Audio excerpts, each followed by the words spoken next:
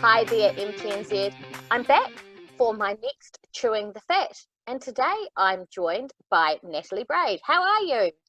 I'm good, thanks. Getting into this New Zealand winter quite well, but Well, you didn't expect to be here still for winter, did you? no, it was just supposed to be a short summer visit and then back to London, but COVID-19 had other plans. So back to London to do what? Well, I'm a deputy stage manager over there, and I just finished working on an immersive production of Stranger Things that Netflix was producing over there with Secret Cinema. And I was supposed to head back and start rehearsals in April for an off-Broadway double bill of the Almeida Theatre's Hamlet and Oresteia, but that unfortunately has been postponed. But yeah, so for the foreseeable future, we're just sticking around New Zealand. So, am I hearing right that you're making a living through being a technician in theatre?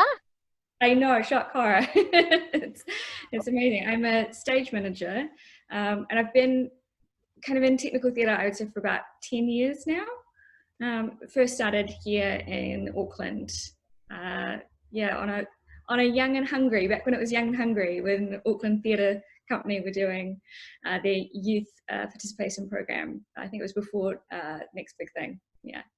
Cool. And was theatre something that you were immersed in when you were at school, or was it an after school thing? I definitely really enjoyed drama while I was at school, but I enjoyed it in the way that I knew I liked theatre. But the only pathway that you had at high school, well, I had at high school, was acting. And I was never comfortable acting, but I was like, I love drama, and I guess this is how you get into it. And then I went on to university, and I didn't really know what I wanted to do, but I enjoyed English. So I started doing a Bachelor of Arts in English, and then kind of tripped and fell into stage management thanks to Fern Christie, or Fern Birchall now is her name. She was the company manager at Auckland Theatre Company back in 2011. And she kind of had a little meeting with me and thought, you'd be very good at stage management. I didn't know what stage management was. This was halfway through my uni degree. I had no idea what it was. And then she put me on a Young and Hungry play, which was actually the first time I met Lexi Clare. It was a play that I did with her called Cow.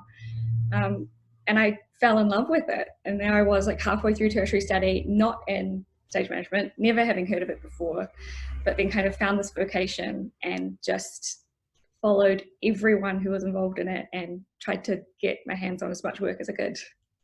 And you've been overseas for how long now? Yeah, it's almost 4 years in the UK, which seems wild. I kind of just finished working as the deputy stage manager for New Zealand Opera in 2016, decided to make the leap, and it was through word of mouth from this wonderful woman I met in Australia.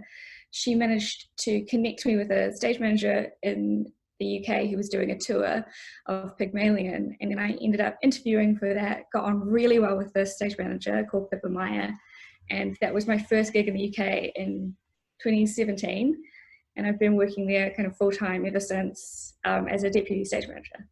Amazing. And do you know what I really love as well? And, I might get some people out there that's saying I'm being genderist, but I'm loving that all your mentors and the people that you've connected with have been females.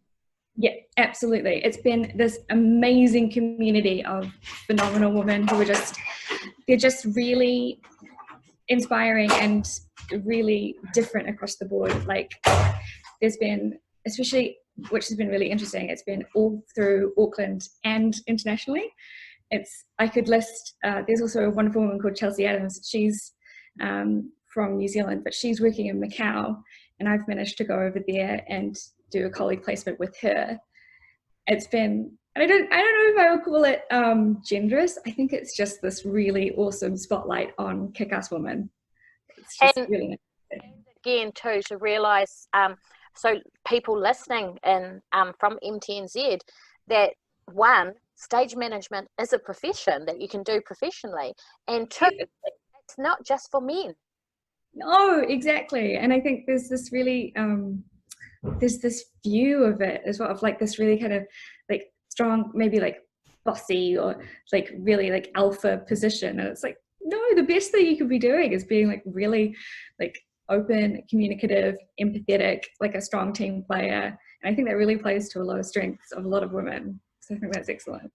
And a lot of strengths of everyday life. I think, you know, we were talking before we started the recording about the understanding that this is a profession, and the skills you've just mentioned are actually really important life skills. Absolutely. Well, that's, as I said, like, I didn't train in this. I picked up everything I learned on the job from fantastic mentors. And it was just that recognition of you can hone those skills in that environment if you're willing to be open and if you're willing to learn and if you're willing to like fail very openly and bravely and acknowledge that and not see that as a character flaw.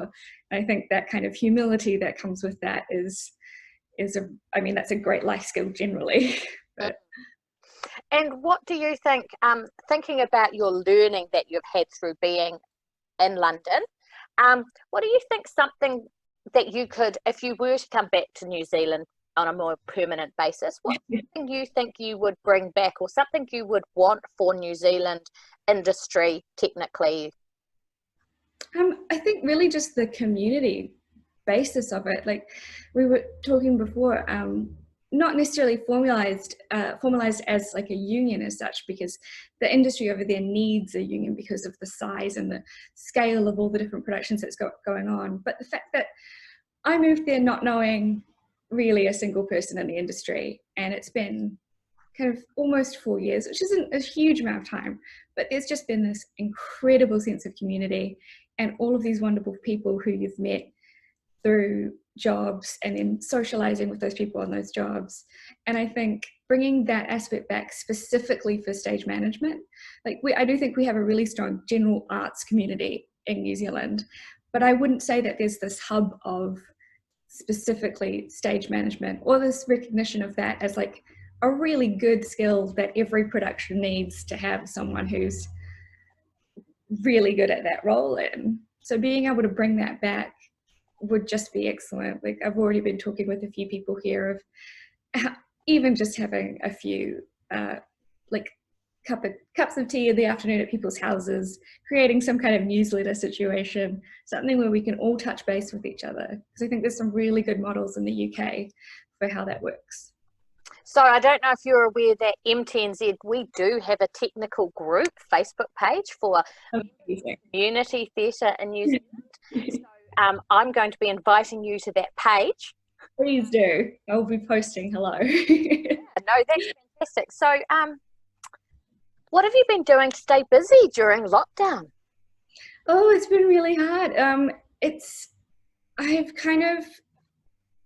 been kind of a process of ups and downs, a lot of kind of grieving as well, because like when you get given those productions and you plan your, as a freelancer, you plan your year out show by show, and I've had 2 shows be postponed or cancelled fully. And you know, I was supposed to start in April, so I was prepping for them. I was watching all the archival footage and reading the plays, and that was kind of just getting a sense of that loss, and then just all the admin that comes with cancelled gigs. But I'm kind of coming out the other side of that, and I've just been engaging with quite a bit of theatre online, which has been really great.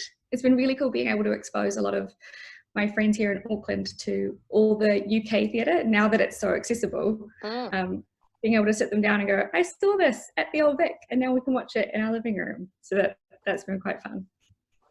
And do you have other creative outputs other than stage managing that you do? Do you knit, crochet?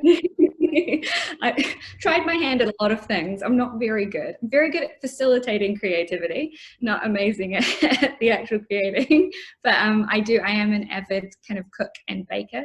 So I've been definitely keeping myself busy and keeping the flat very fed with a lot of baking. Fantastic. So plans going forward yet, or is it too soon? It's very fluid. It's very up in the air. As soon as it seems safe to do so, I'd love to go back to the UK and see how it's going on the ground over there. But at the same time, we're so lucky here. The fact that New Zealand has handled it so brilliantly, and the industry, for all intents and purposes, will probably kickstart in one way or another relatively soon. Whereas in the UK, you're looking at a good 12 months before you're getting anywhere near audiences coming back into a space. So I might be here for a while yet, which is kind of, it wasn't on the plans, but it is like a bit of this kind of homecoming back into it with all these new skills and ideas that the last 4 years have given me. So if you heard that, I'm going to repeat that. Natalie is here for a little bit longer. Work. Absolutely. I've got a great CV. You can find me on LinkedIn. I was actually just about to say, how do people find you, Natalie? How do we follow you? Or Absolutely. Twitter is quite kind of my main social, and that's just my name, Natalie Braid. You'll just see a hell of a lot of retweets about all things theatre all over the world, which is never a bad thing, I don't think. Definitely not. And LinkedIn, as you said as well. Exactly, yeah. That's where all my professional credits are listed. Absolutely fantastic. Now, I have asked the other people that I've chewed the fat with, when it comes to your Tony Award winning or BAFTA Award winning moment, who will be the people that you will thank for your journey and your award? Oh my goodness. Oh, just to hold a Tony. How cool would that be? There really should be one for stage management. Oh, it's so tricky. I mean, my mum for sure. She's great, always been supportive. And then it would just be all of those amazing women who have led the way over the past decade for me, like from the Kiwis, from Chelsea to Fern, who are here in New Zealand. And then, I can't recommend her enough, Sarah Alfred-Smith. She is a phenomenal stage manager. She's on the stage management committee for Equity UK, and she has just been the absolute best mentor and just a really good champion for stage managers. So I'd have to say her. She's another person who you can look up on Twitter. She's really engaged with theatre over there, so would recommend that too. Fantastic. Wow. Thank you so much for giving us your time. And I'm really looking forward to following your journey some more in the future and getting you to do some workshops and things while you're here in New Zealand. Absolutely. Got to make the most of this time, I think. Thank you so much. So thanks, MTNZ. That was Chewing the Fat, and I'll see you next time.